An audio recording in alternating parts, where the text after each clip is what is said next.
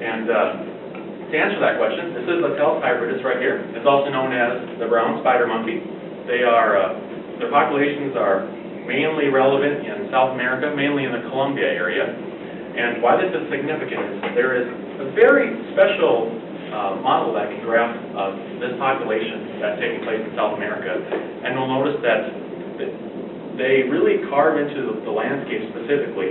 And the way, as we'll see, that their population is dictated is there are a lot of oscillations that take place. And they tend to be very territorial. And putting these two things together, how they use their territorial behaviors and how they interact with the surrounding landscapes, both makes it difficult for themselves to survive as a species, and they also create very many environmental impacts around them. So that's why this is very significant today.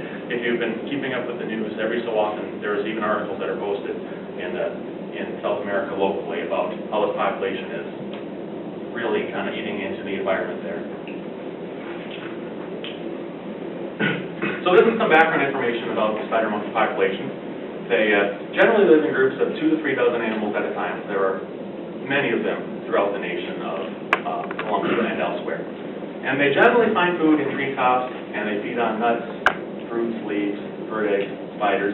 They're generally more herbivores, although usually if they find a dead animal, they might go after it, but usually they're herbivores.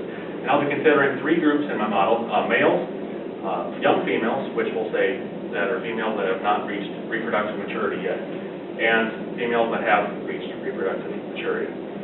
And the way we lay this out is females will generally give birth to a single baby every 2 to 5 years. And generally, entire communities will be under 100 or 1,000 inhabitants. And how our models can be dictated is, during each stage, there's a group of young females that will reach reproductive age and ability, and we'll model that with a variable. And in our multi-patch model, females will be assumed a forced migration to another patch.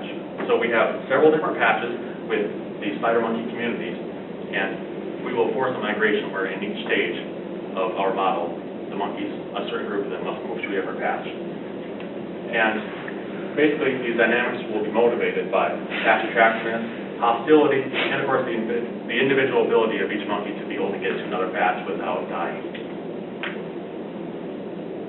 So you might ask why I chose a discrete time model as opposed to a continuous time model. And really the motivation for this was, since the populations are generally under 1,000 inhabitants, I found a discrete time model to be more reasonable, especially when it came to the simulations that I'll be showing to you. And how I'm going to go about this is we'll first look at a single patch model, and then we'll analyze the dynamics of this, and then we'll add in those additional factors of batch migration that will happen at each stage. So this is the model that I decided to use, and these are the variables that we will be considering. We have our male, young female, and female populations, both at a stage n and the next stage n+1. We'll use our variable p, which will dictate the probability of male births as opposed to female births. And our B coefficient would be the average number of births per female per stage. And then we have our survival coefficients. And then we have an extra delta parameter, which will dictate the probability of sexual maturity among young females. And this last parameter is really yet to be studied, really. It's more kind of into future research, which we'll be getting into. So we'll just write it as a matrix form for our linear system. And then we'll analyze the Jacobian. And from this, obviously we have ways of finding equilibrium in our system. There will be an equilibrium where all the species have died out, and there will also be one where all 3 coexist with each other. And the way to find this, obviously, as we know, is to find the time where the population at stage n is the same as the stage n+1. So what we'll find here is when we're looking at equilibria, that the continuation of the population will be dependent on all 3 members of the population. You will not be able to have an equilibrium where one member of the population is deceased, where the other 2 are stable. Either all 3 of them will be there or none of them will be there. So what we'll do is we'll first find the eigenvalues by looking at the determinant of the Jacobian and setting it equal to 0. And what we'll find is one of our eigenvalues actually is equal to the survival rate of the male population. And since we are dealing with a biological model, obviously the survival rate has to be between 0 and 1. 0 meaning none of the males are surviving and one means all of the males are surviving. So what we have after we take out that eigenvalue is we have a characteristic equation to find the second two eigenvalues, which are modeled by this equation. So what we'll do from this point is we'll plug in arbitrary values and initial conditions to see what happens as the population goes on with these initial conditions. So first we'll look at the discriminant, which is this equation right here. And what we'll notice is that the dynamics of the model will change depending on the sign of this equation, whether it's negative or positive. So our first case is if this discriminant is positive.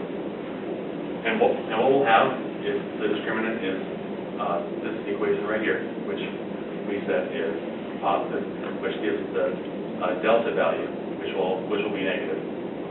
So what we see here is, in this case, when the discriminant of the eigenvalue is positive, and the second and third eigenvalues are not equal to each other, so we'll have a stable equilibrium of coexistence.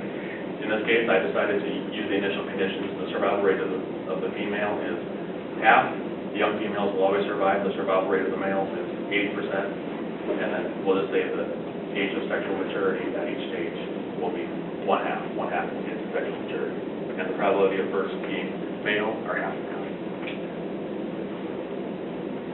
And then also what we can see is if we reduce the survivability of the females just by 100, just bringing it below half, we see that our equilibrium of existence has passed away, and now we just have an equilibrium of extinction,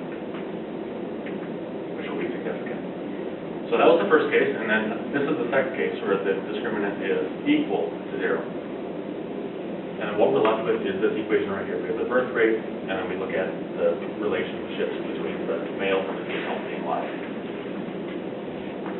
So what we can see here is that the stability of the system will be determined by the value of 3 eigenvalues. And what we'll see is if the second and third eigenvalues are less than 1, the absolute value, then the system will have a stable equilibrium point. And when the discriminant of the eigenvalues is 0, then the second and third eigenvalues will be that value specifically. And the theorem that we can obviously derive from this is that when the discriminant of the eigenvalues is equal to 0, then the system will always be stable. And how we know that is that this equation, which we had derived up there, is always going to be true. Now, biologically that's going to be true, but there are some special cases that some people might like to bring up, which we can look at right quickly. We can say that the age of sexual maturity is 0, or the survival rate of the young females is 0.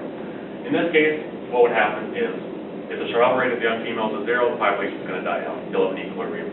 Or if the probability of young females becoming females is 0, which means pretty much the same thing as the survival rate of the young females.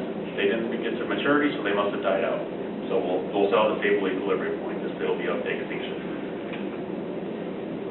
So that was the second case. Now this is the third case where the discriminant is less than 0. Here we have a special case because the eigenvalues are complex. Again, we'll just go through the same exact system, and we'll see that since young females must transition into adult females, we'll have our delta value is greater than 0. And given this, the only option in this case is that there will be 2 real roots for delta. And since the discriminant of the eigenvalues are less than 0 between the 2 real roots, we have that the discriminant of the delta equation is greater than 0. So we are left with this equation here. So what we can see here is that we'll get this equation here, that the birth rate multiplied by the probability of births being female will be greater than the survival rate of the young females minus the survival rate of the female, because of this biological equation. So another theorem that we can see here is that our model doesn't have cycles. Now, our model will have oscillations, which we'll see, but the oscillations will tend to an equilibrium point at the end, and it will not just carry on to infinity when we do have oscillations. So, and we can prove this because when we have complex solutions, which will occur when the discriminant of the eigenvalues is less than 0, we'll get this equation for our delta equation. Now, from this we can argue that no values of delta between 0 and 1 will exist from this equation. And because of that, the model will not have periodic solutions.